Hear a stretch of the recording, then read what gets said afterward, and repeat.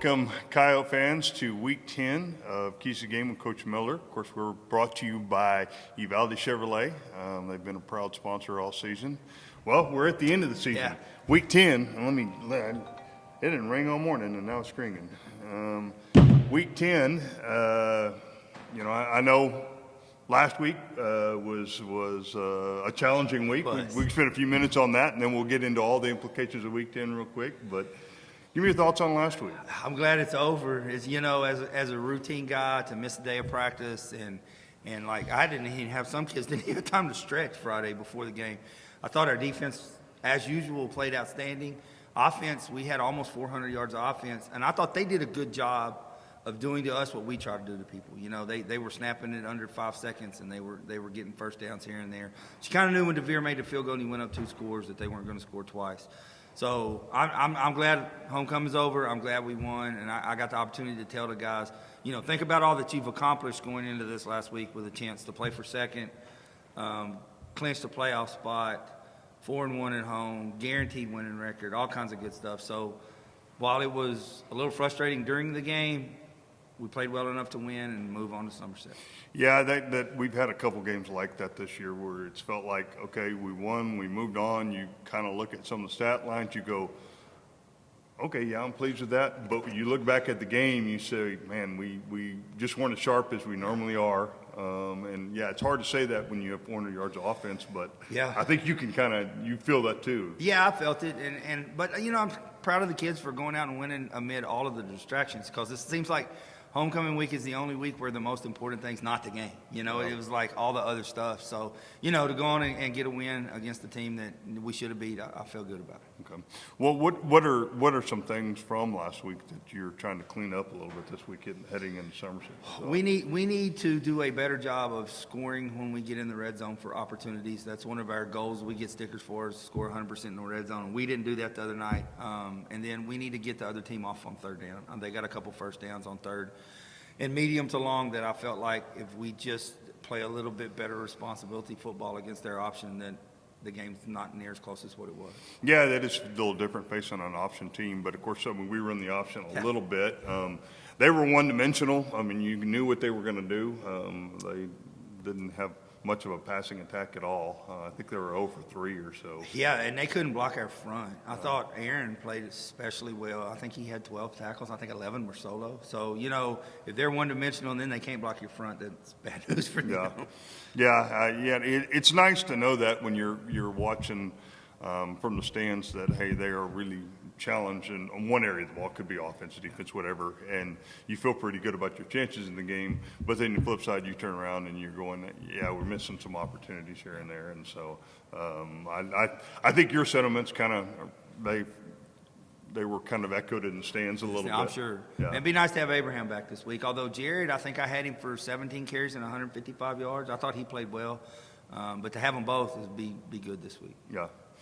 Well, let's move on and talk about this week. Talk a little bit about Somerset, and then we can get in a little bit about the implications of Somerset and what goes on this week. But what are you expecting Somerset to throw at you this week? Offensively, they are going to do a lot of the same things we do. They're going to get with tight end sets, and they're going to try to run the ball. Then they'll spread you out to try to get it to – they have one real explosive receiver. The thing about, to Somerset, and I played them 3 years when I was down in Corpus too, and I played them every year I've been here, is they usually go on how well their offensive and defensive lines are, and I don't think they're as physical as they've been the last couple of years. Yeah. Well, let's actually, that brings up a good question. Let's back up just a little bit, because I think you'll see this out of Somerset too. Last week was a little bit opposite of the Fredericksburg week. When we'd get in our tight end set, we seemed to run the ball pretty well. Mm-hmm. Last week, if we struggled anywhere, it was in our tight end set, and when we spread them out, we ran the ball pretty well. Why do you think that was? I think last week they had some big guys. They weren't crazy strong or crazy athletic, but they were big and they were hard to move, and then they were doing some stunts that we hadn't seen before. But when we got in our spread set, we just had better athletes, and we were able to out-athlete them when we got in that set. And we kind of stayed in it a lot more the second half than the first half. Yeah, I saw, I guess you kind of read that, and maybe you'll see that at Somerset also, is, what formation is working more to move the chains, and then that's what you'll get in. Yeah, and we'll find out. I think we'll be able to spread them out a little bit, but you never know. I mean, it just depends on what they do. Now they're pretty consistent like us, and you see what we line up on defense, and that's us, and they're going to line up pretty much like they've lined up for years. It hasn't changed. Yeah. So Well, what are we going to? they're going to run a 3-4, and they have a big old nose guard. It's hard to move, and they got some pretty athletic kids in the secondary, and they're real aggressive with their safeties playing down to the run. So there'll be some play action pass opportunities and stuff like that. I feel like should help us. Yeah. What do you see over the top with them? They going to back two safeties off? They're going to play their corners deep, and then they have the safeties are about the same depth as the corners. And while those safeties try to help those corners, they're run players first. Yeah, that was interesting last week. We saw the safeties almost right over the corners. Yeah. And then they when you got kind of in that spread formation, they would draft that fourth linebacker into a safety position to play three over the top. But it left them kind of weak. Yeah, there were in the times middle. they had 4 guys in the box. I mean, it's just I thought it was a weird it formation the was. whole game. So that opened it up good for us running the ball, and then we were able to hit them on the pass to Jet for the touchdown. And with Somerset, they've seen us throw the ball deep all year. They're going to do everything in their power for those corners to stay back and not get beat deep. But that's fine. I mean, we'll take what they give us. Yeah. I mean, yeah, I think we've got an excellent short passing game right now.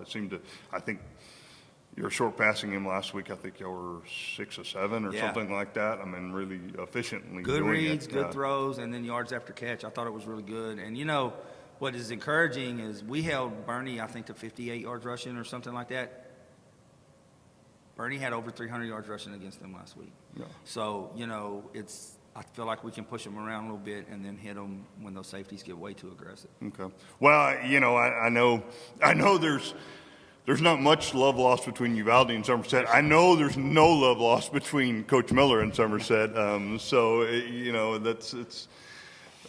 That's an interesting dynamic this week, I guess. It is, and when we set up our district schedule, this is kind of rivalry week.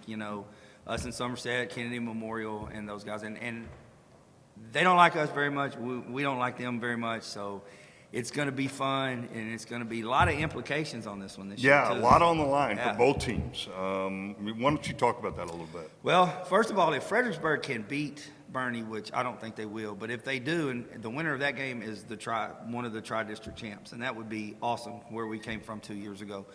But if not, then if we win or lose by a point, we get the 2 seed. And if we lose between 2 and 10, we're the 4 seed. And we lose by 11 or more, we're the 3 seed. So they know the only way they can get the 2 seed, and I think that's what we're all shooting for. The only way they can get the 2 seed is to beat us by more than 11. And then we want to avoid that 4 seed if whatever possible. But, if we just go out and play like we did against Fredericksburg, I think we'll win the game. I mean, just go play. That is really interesting. I've heard a couple of people explaining it of how between 2 and 10 points, where the 4 seed in Fredericksburg moves into that 3 seed spot. Correct. That's a weird dynamic. Well, the way it works out is if 3 teams are tied and you've all beaten each other, you go to points. And once the highest point person is second, and then 3rd and 4th are determined by head-to-head. So if we lose between 2 and 10, then the highest point person would be Fredericksburg, and they would jump up to the 2 seed, and then because we lost to Somerset, we would drop to 4.